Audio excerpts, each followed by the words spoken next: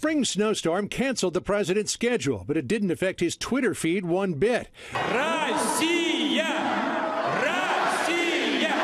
President Trump making no apologies for congratulating Vladimir Putin on his election victory.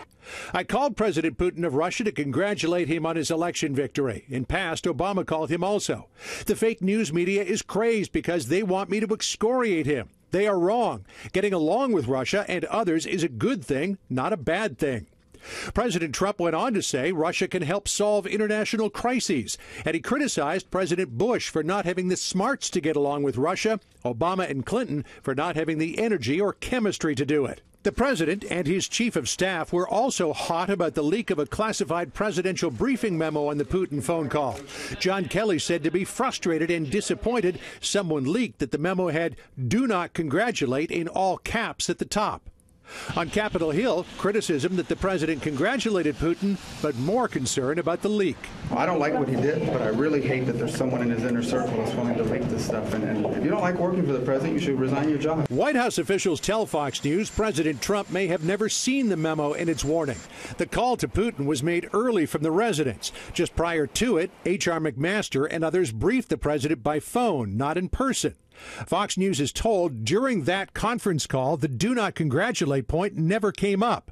Sources say while the memo was in the president's daily briefing book, he may not have seen a need to read it since he was already briefed. The Senate Judiciary Committee chairman says he likely wouldn't have called Putin at all. I think Putin's a criminal. What he did in Georgia, what he did in Ukraine, what he's done in the Baltics, what he's done in London, poisoning people with nerve gas, that's a criminal activity. I wouldn't have a conversation with a criminal. The former CIA director, a fierce critic of President Trump, said today he believes the president is afraid of criticizing Putin.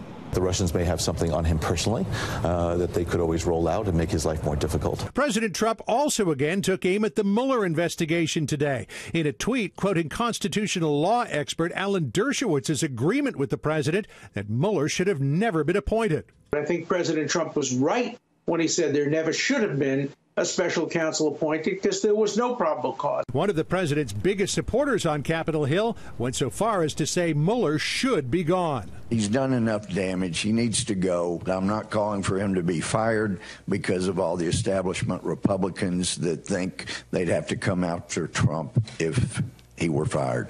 And some big news expected to come out of the White House tomorrow. President Trump expected to announce new tariffs, this time aimed specifically at China.